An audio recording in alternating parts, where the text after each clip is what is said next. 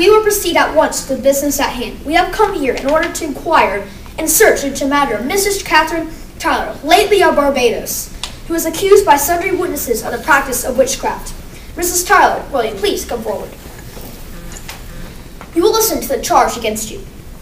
Catherine Tyler, thou art have accused that not fearing of God before thine eyes thou hast had familiarity with Satan, the grand enemy of God and man, and that by his instigation and help thou hast in a preternatural way afflicted and done harm to the bodies and estates of sundry of his majesty's subjects.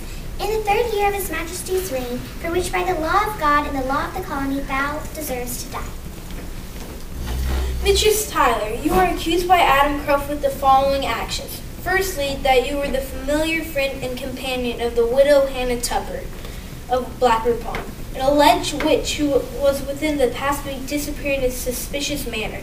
Such friendship is a lawful test of guilt, and as much as it well known that witchcraft is an art that may be learned and conveyed from one person to another, and that has often fallen out that a witch upon dying leaves some here to witchcraft. Secondly, that you are guilty of actions and works which infer a accord with the devil, which have caused illness and death to fall upon many innocent children in this town.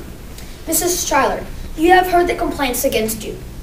We will proceed with the first accusation. Is that true that you are a friend and companion of Widow Tupper?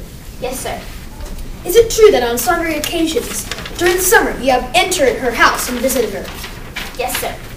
Is it true that you are also acquainted with a certain cat which the widow entertained as a familiar spirit? It was just an ordinary cat, sir. You will answer yes or no.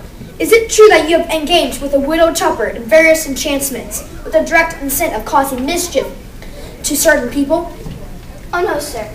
I don't know what you mean by enchantments. Do you deny on a certain day in August, on passing the pasture of Goodman witlessly, you cast a spell upon his cattle, so that they were rooted to the ground, where they stood and refused to answer his call or give any milk that evening? I don't understand, sir. How could I do such a thing? Goodman witlessly, will you repeat your complaint to the assembly? I protest this mockery. Not one word of this nonsense will be proved in the court of assistance. There is not one shred of lawful evidence in the lot. I beg you, Sam Talcott, to make an end of it. Do I infer that you are willing to vouch for a niece's good character, Matthew Wood? Certainly, I will vouch for it.